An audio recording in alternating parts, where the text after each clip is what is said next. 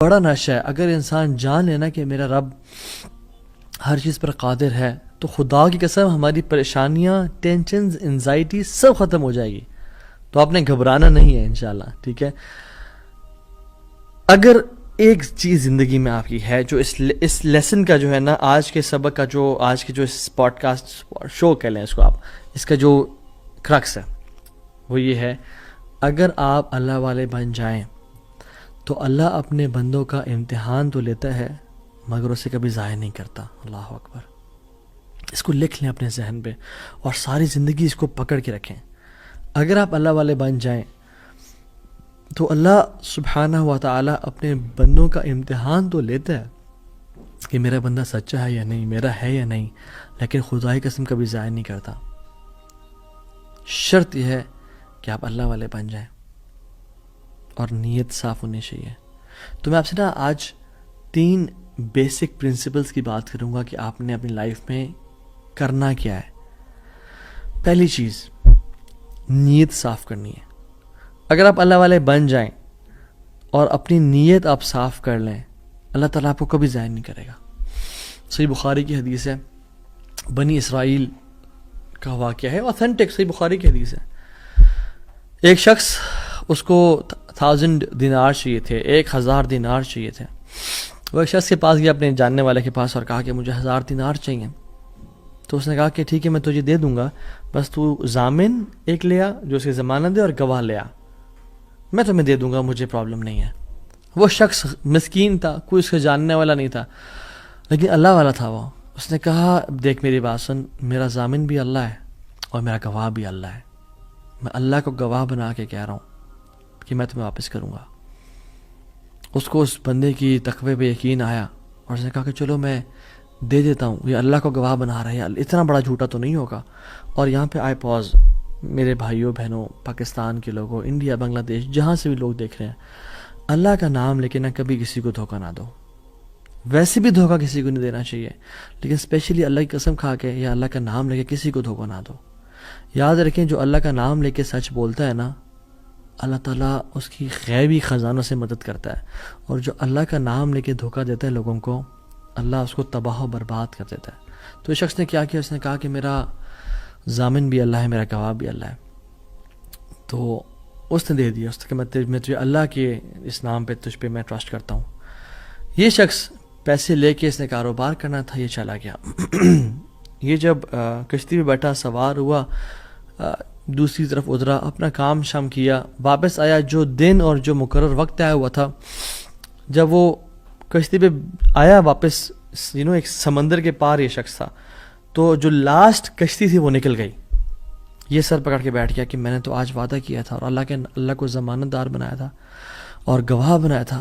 اب اگر میں آج اس تک مال نہیں پہنچاتا تو وہ کیا سوچے گا میرے بارے میں، اور اس کا تو ٹرسٹ اٹھ جائے گا، یعنی کہ میں نے اللہ کے نام پہ جھوٹ بولا اسے. تو آخری کشتی چلی گئی تھی. اس کے بعد جو کشتی نے اس دن جانا نہیں تھا، تو اس نے کیا کیا کہ یا اللہ میں نے تجھے ضمانت دار بنایا ہے اور تجھے میں نے گواہ بنایا ہے، تو تیرا کام ہے اس مال کو پہنچانا. اس نے ایک ووڈ لاگ لیا، اس میں سوراخ کیا، اس میں اس 1000 دینار، سبحان اللہ، 1 دینار از اے گولڈ کوائن. اور آپ ایک گولڈ کوائن کی آج آپ ورتھ لگا لیں، ان لیکس، ان ملینز. اس نے کیا کیا؟ اس کو اس ووڈ لاگ میں ڈالا، پرچی لکھی اور اس میں ڈال کے نا بسم اللہ پڑھ کے آگے بہا دیا کہ اللہ تجھے میں نے ضمانت دار بنایا، تجھے میں نے گواہ بنایا، اب تیرا کام ہے اس کو. یہ شخص یہاں ویٹ کر رہا تھا اور یہ شخص اپنا مال لینے کا یہاں انتظار کرتا، اور یہ شخص یہاں پہ کھڑا تھا، اس نے مال کو دے دیا. اور سبحان اللہ، اللہ تعالیٰ نے کیسا قادر ہے، کیسا قدیر ہے، اس نے اس ہواؤں کو رخ پھیر دیا اور وہ بندہ وہاں انتظار کر رہا تھا، اور اس کے بندے کے پاس وہ ووڈ لاگ پہنچا اور اس نے اس کو دیکھا، اس میں پرچی تھی اور پرچی نکالی اور اس کو کھول کے دیکھا کہ اس کے 1000 دینار تھے.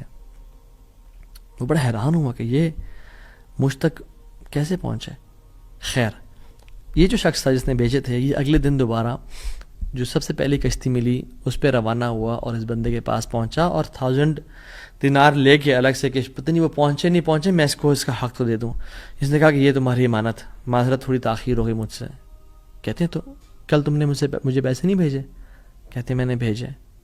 پھر اس نے کہا جس رب پہ تو نے توکل کیا ہے نا، جس رب کو تو نے ضمانت دار بنایا تھا، اس رب نے تیرا مال مجھ تک پہنچا دیا، مجھے اس مال کی ضرورت نہیں ہے۔ ہم کیوں بات پہ پریشان ہوتے ہیں؟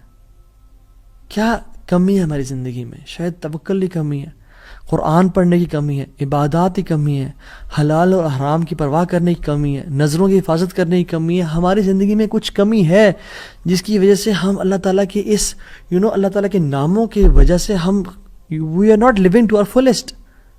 اللہ تعالیٰ کے نام جس کی جو مسلمان جانتا ہو کہ میرا رب میں یہ کوالٹیز ہیں، اور یہ تو صرف 3 ہیں اور ہزاروں ہیں اس کے علاوہ، وہ کیسے بات پریشان ہو سکتا ہے؟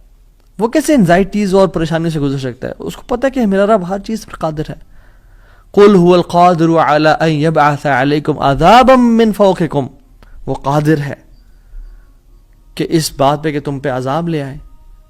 ان المتقین فی جنات ونہر فی مقعد صدق عند ملیک مقتدر، عند ملیک مقتدر، وہ مقتدر بھی ہے، وہ ہر چیز پر قادر ہے۔ تبارک الذی بیدہ الملک وہو علی کل شیء قدیر، وہو علی کل شیء قدیر، وہ قادر بھی ہے، قدیر بھی ہے، مقتدر بھی ہے۔ تو پریشانی کس بات کی ہے؟ جب ہمارا رب ہے اور وہ ہر چیز کو کنٹرول کر سکتا ہے، اور ہم اگر اللہ والے بن جائیں تو پھر آپ یقین جانیں کوئی مسئلہ نہیں رہے گا۔ ہر پریشانی کو وہ آسانی میں ایسے بدل سکتا ہے، اس نے صرف کن کہنا وہ بدل جائے گا، صرف ہماری نیت صاف ہونی چاہیے، نمبر 1۔ اور number 2، second principle to live a wonderful life and to live a happy life is, جو بھی نیکی کریں اس کی اجر کی امید صرف اللہ سے رکھیں۔ پھر دیکھیں اللہ قدرت کے مناظر کیسے دکھاتا ہے آپ کو۔ پہلی پرنسپل کیا تھا؟ اپنی نیت کو ہمیشہ صاف رکھیں، اللہ تعالیٰ کے لیے کام کرنا، جھوٹ نہیں بولنا، دھوکہ نہیں دینا، فریب نہیں کرنا۔ ہم نے اللہ کے لیے اپنے ہر کام کو کرنا ہے، اللہ کی رضا کے لیے کرنا ہے۔ دوسری چیز، نیکی کے اجر کی امید صرف اللہ سے رکھنی ہے ہم نے۔ اور پھر دیکھیں اللہ تعالیٰ کیسے آپ کے دروازے کھول دیتا ہے۔ ایک میں آپ کو سچا واقعہ سناتا ہوں کہ اگر انسان اگر نیکی کرے نا کسی کے ساتھ، یا اللہ تعالیٰ کے سامنے نیکی کرے، تو لوگوں سے امیدیں رکھیں لوگ مجھے واہ کریں، بڑا نیک انسان ہے، بڑا دین کام کر رہا ہے، بڑا عبادت گزار ہے، یا بڑا نہ صرف اللہ سے امید رکھیں۔